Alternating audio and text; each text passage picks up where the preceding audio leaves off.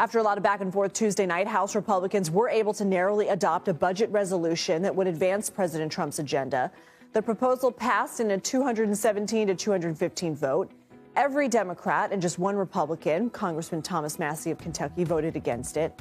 The plan includes up to $4.5 trillion in extended tax cuts. Spending would be slashed by at least $1.5 trillion over the next 10 years.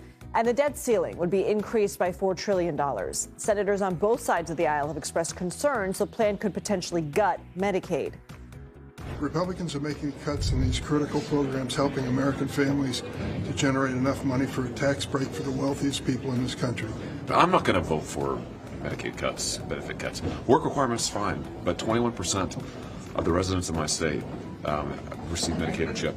That's a lot of people. I want to see numbers that really make sense. And so far, we've seen none. There's got to be a lot of unintended consequences that our members need to think through, whether it's a red state or blue state.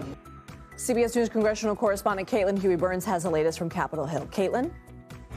Hey, Lindsay. Well, the House Republicans were able to pass a budget framework last night. This was considered a big victory for House Speaker Mike Johnson and for President Trump, but it really is just the first step. Now begins the hard work. Last night was just a framework that they were putting together. Now they actually have to work with the Senate, meld it together, agree on the framework, pass that again, and then go to the various House committees and start filling out the policy, identifying the policy to kind of fill this framework out. Now, that is really where the devil is going to be in the details. This blueprint calls for about $2 trillion in spending, and it also tasks House committees to find that spending, and notably asking a committee that's in charge of Medicaid and Medicare to find about $800 billion in savings. And so that has raised all sorts of questions about whether there would be cuts to those programs. Now, the president said today that he does not want to see any Medicaid cuts. He essentially promised that today, talking to reporters ahead of his cabinet meeting.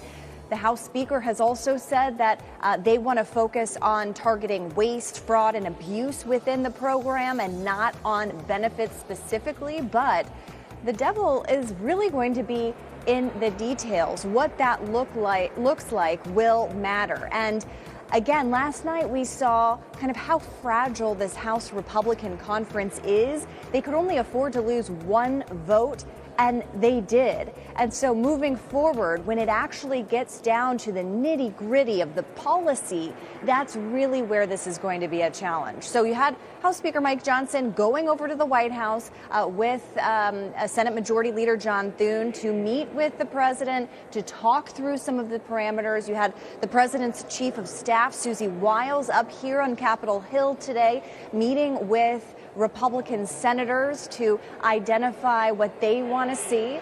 And basically now the rubber hits the road. And this is all about passing the president's legislative priorities. He wants to get his agenda through Congress, but there are still some big sticking points. He wants the Trump tax cuts passed in 2017 to become permanent. There's disagreement up here a little bit on that on Capitol Hill, whether they can make those permanent, how they would go about doing that. So this is all to say that this is a very delicate process, and it kind of underscores why the executive branch has been going it alone with Elon Musk, trying to shrink the size and scope of government because they know how difficult it is to get anything through on Capitol Hill.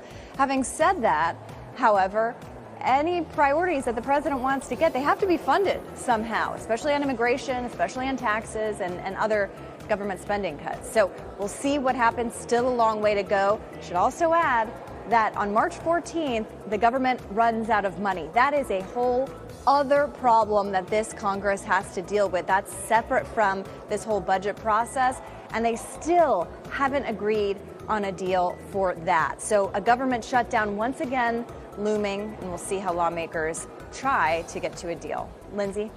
Caitlin Huey-Burns, thank you.